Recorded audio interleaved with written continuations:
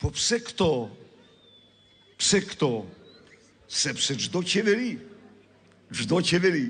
taksat që u merr qytetarëve në radhë parë ja u kthen qytetarëve. Ja u kthen në pensione, ja u kthen në rroga, ja u kthen me ilaçe, ja u kthen me shkolla, ja u kthen me asfaltime, me ujësjelsa, me kanalizime. Ku janë? Erdhi këtu, do të themi gjë. Sikur 12 vjet pushtim, i huajt kishte patur Shkodra, dhe pushtuesi të vinte këtu, kur nuk do i lejonte vetes të thoshte se unë kam investuar në Shkodër 1 miliard e 300 milion euro. Mashtruesi i neveritshëm, i turpshëm, ai në Shkodër. Në Shkodër, në 12 vite, asnjë projekt të ri, që të gjitha vazhdim i projekteve në përfundim e sipër të mëparshme. Miq, pra erdhi me një thes me rrena, edhe mendoj se do mund të rrej Shkodran. Do të thënë, këta janë usull 8 muaj në fushat nga takim, duke bërë xhonglerin, duke bërë hokatarin, duke bërë banalistin, me një fushat banale, bajate, dhe vetëm gjë që s'bëri s'da kur shpjegim se ku shkuën 130.000 euro baras me 812.000 pensione të djegësit e Tiranës. Ku shkuën ato? Ku shkuën? Ku shkuën 90% e fondeve që përdoren për rrugë? Ku shkuën?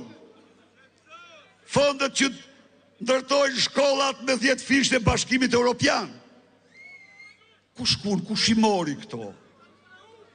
Miq, këto i mori qeveria, ja u themun ju, dhe i mori nga pensionet tuaja, i mori nga rrogat tuaja, dhe duhet ta di secili, çdo shqiptar, se nëse pensionet mbeten ato, dhe në Maltëzi u trefishuan, këtu mbeten ato se ato para të pensioneve u vunë në rrugë të gjitha për të vjedhur. Dhe ky njeri tani që ndërton saraje 2 herë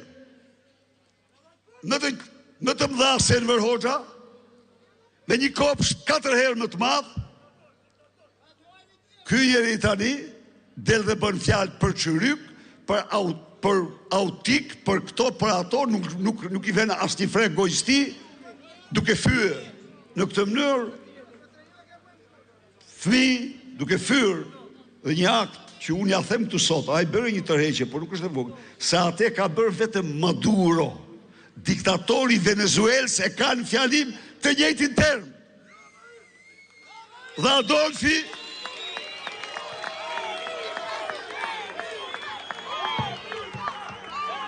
Adolf Hitleri, i cili kishte dekretin e eugjenikës për fëmijët me tmeta, raca ariane thoshte nuk i priste. Dashur miq, ky ishte fushata e tij. Fushata e njeriu që qeverisi 12 vjet. Shkodran, ky meriton ndëshkimin më të madh.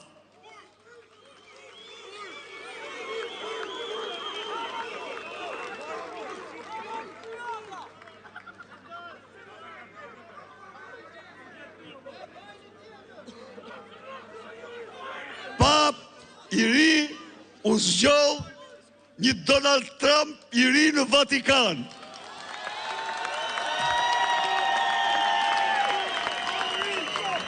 Papa Leo, një Amerikan, le ta urojmë.